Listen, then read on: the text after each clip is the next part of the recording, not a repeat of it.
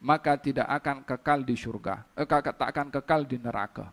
Walaupun di dunia mencuri, walaupun di dunianya berzina, walaupun di dunia melakukan perbuatan yang haram, mereka terawal lagi dicampakkan ke dalam neraka waliyadzubillah. Sehingga antara orang masuk surga dan masuk neraka, waktu itu didahulukan orang masuk dalam neraka dulu, supaya lebih awal mereka merasakan adab waliyadzubillah.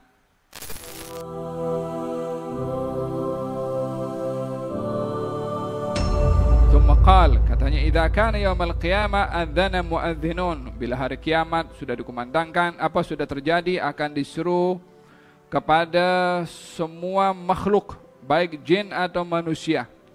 Katanya setiap umat akan mengikuti siapa yang disembahnya. Maka fala yabqa man kana ya'budu ghairallahi minal asnam wal ansab illa tasaqatuna finnar. Disuruh siapa yang sembah selain Allah, mari datang kemari untuk dihukum.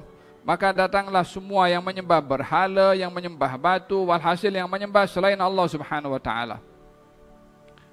Mereka terawal lagi dicampakkan ke dalam neraka waliyadzubillah. Sehingga antara orang masuk surga dan masuk neraka, waktu itu didahulukan orang masuk dalam neraka dulu, supaya lebih awal mereka merasakan adab waliyadzubillah, disebabkan perbuatan kufurnya kepada Allah subhanahu wa ta'ala, yang menyembah berhala, yang menyembah batu, dan yang menyembah selain Allah, yang sembah pokok, yang sembah matahari, yang sembah awan, yang sembah manusia, walhasil yang sembah selain Allah subhanahu wa ta'ala. Maka mereka dihukum di awal. Sehingga bila mereka sudah selesai, ada yang menyembah kepada Allah subhanahu wa ta'ala, tetapi mereka daripada golongan orang yang bar dan fajir. Dalam hidupnya mengaku menyembah Allah, tetapi di antara mereka ada yang bar, yang baik, berbakti, yang betul. Ada yang fajir, yang jahat. Di antara mereka yang jahat di sini adalah golongan ahlul kitab, Yahudi dan Nasrani. Asal agama mereka mengajak menyembah kepada Allah. Nabi Musa mengajak umatnya Bani Israel menyembah kepada Allah. Nabi Yaqub sebagai bapa kepada Bani Israel mengajak menyembah kepada Allah. Nabi Yusuf dan semua para anbiya mengajak umatnya, kaumnya, kabilahnya, Bani Israel semua menyembah kepada Allah Subhanahu wa taala. Namun pada akhirnya mereka merubah kitab-kitab dan wahyu-wahyu yang diturunkan oleh Allah subhanahu wa ta'ala. Maka perbuatan mereka itu menyebabkan berlakunya sembahan bersama dengan Allah selain Allah. Ada golongan Yahudi yang menyembah Uzair. Mungkin zaman sekarang tidak dijumpai Yahudi menyembah Uzair. Tapi ada kelompok dahulu yang mengatakan Uzair adalah sebagai anaknya Allah subhanahu wa ta'ala. Kalau kita tengok orang-orang Yahudi sekarang mengatakan kami tidak sembah Uzair. Iya yang sekarang, yang dulu. Fahim tom? Katanya fayuqal kadzabtum. Ketika mereka mengatakan kami sembah Uzair, dikatakan kepadanya mereka kadzabtum, kamu berdusta. Allah tidak menjadikan sesiapapun sebagai anak. Kepada Allah Subhanahu wa taala, apa yang kamu mahu? Katanya kami sekarang dalam keadaan kehausan, mohon beri minuman kepada kami. Fayushar. Maka ditunjuk kepada sebelah sana, ada nampak macam sarap, fata morgana. Fata morgana itu adalah penampakan daripada api neraka Jahannam. Sehingga disangka oleh orang-orang Yahudi itulah air. Mereka pada meluncur ke sana, berebut, bertunggang langgang lari. Ternyata mereka menuju ke neraka Jahannam waliyadzubillah. Orang-orang Nasrani pun yang sama, karena mengatakan bahwasanya Isa anak Tuhan, sama dengan perbuatan orang-orang Yahudi. Oleh hadza, ketika ditanya kepada Rasulullah SAW, wahai Rasulullah, dosa apa yang paling besar dilakukan oleh seorang? Katanya, antaj'alillahi niddan, kamu menjadikan bersama dengan Allah sekutu. Itu dosa yang paling besar. Karena dengan menyekutukan Allah Subhanahu wa taala adalah membatasi kekuasaan Allah, karena Allah perlu kepada sekutunya. Sehingga dengan demikian menafikan kekuasaan, keperkasaan Allah Subhanahu wa taala. Seperti yang menyembah bersama dengan Allah Subhanahu wa taala zaman jahiliyah, sembah berhala, sembah batu, dan zaman sekarang sembah matahari atau sembah pokok, macam-macam sembahan yang diyakini bersama dengan Allah Subhanahu wa taala sebagai Tuhan. Itu dosa yang paling besar dilakukan oleh seorang hamba kepada Allah Subhanahu wa taala. Antaj'alillahi niddan.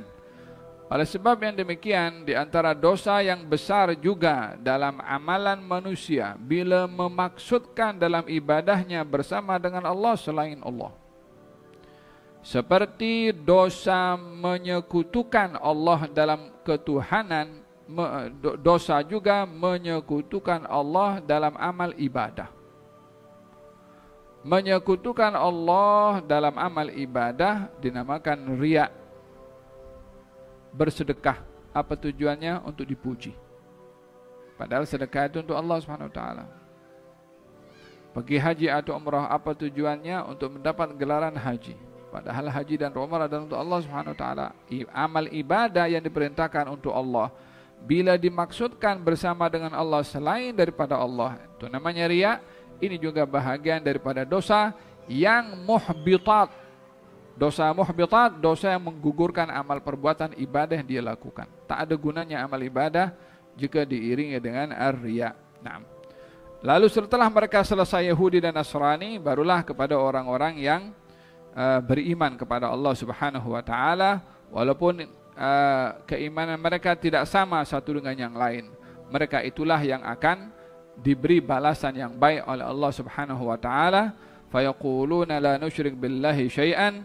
Ketika mereka ditanya tentang kehidupannya di dunia, mereka mengatakan kami tidak menyembah selain daripada Allah Subhanahu wa taala. Maka Allah berfirman, saya adalah Tuhan kamu. Maka mereka mengatakan, ya Allah, kami tak menyekutukan bersama denganmu sesiapapun juga. Oleh hadza dalam hadis dikatakan, barang siapa yang meninggal dunia dalam keadaan mengucap la ilaha illallah, yakni dengan telus, maka tidak akan kekal di surga, tak akan kekal di neraka. Walaupun di dunia mencuri, walaupun di dunianya berzina, walaupun di dunia melakukan perbuatan yang haram selain daripada syirik, maka kalimat la ilaha illallah itu yang akan menghalang dirinya daripada kekal di neraka. Baginda bersabda, mengatakan kepada Abu Dzar, katanya, orang yang mengucap la ilaha illallah Muhammad Rasulullah telus daripada hatinya, maka dia akan masuk syurga. Wa in zana wa in sarak ya Rasulullah, walaupun dia mencuri, walaupun dia berzina, kata Nabi, wa in zana wa in sarak. Kata Abu Dzar merasa hairan, tak jelas atau tak clear. Walaupun berzina, walaupun mencuri ya Rasulullah, katanya. Walaupun berzina, walaupun mencuri, katanya. Walaupun berzina, walaupun mencuri, katanya.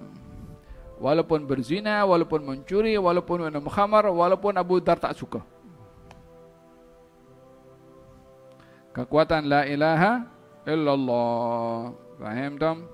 Hada berkenaan dengan orang yang tidak menyekutukan Allah dalam hidupnya, imma menjadi syafaat kepadanya kalimat tersebut, wa imma tidak akan kekal berada di dalam neraka.